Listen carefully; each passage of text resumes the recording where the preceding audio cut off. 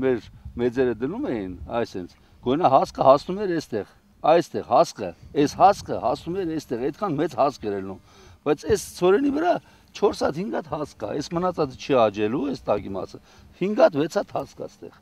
եւ դրանով մարդը ինչ է ստանալու։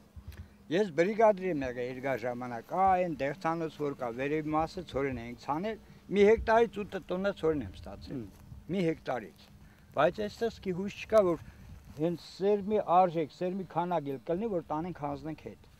Կազմավորվել է։ Հատիկները էլ չի ավելանա սրան։ Հիմա այս կռուտը այսքան պիտի լիներ, որ բերք տար։ Սրա նման կռուտ ծորենի հատիկները պիտի մինչև այսքան լիներ։ Թե չէ, էսի հնարավոր ասենք մի 5 սանտի, 10 սանտի, լեսի լավ վիճակ է։ Այն վերևները կա ավելի վատ, այն միս կողմերը ավելի վատ։ Այստեղ հողը ասենք մի քիչ որակ ունի, պարարդացրել է այս մարդը։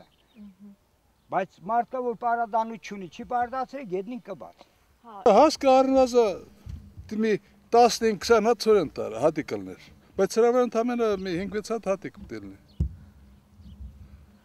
Սա սերմ չի, թե սերմ որտեղից են բերել, ոնց բաժանի ժողովրդի վրա ես չգիտեմ։ Պատճառը որն է, որ սենց փուճուրիկ հասկեր ա տվել։ Այդ սերմի որակից է։ Կարող է սերմը մեր պայմաններում չի գործում։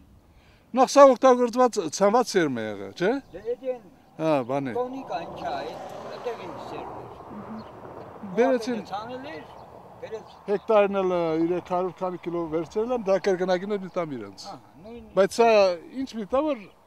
մի հեկտարը ծորեն եմ ցանը։ Չէ, կրուտերը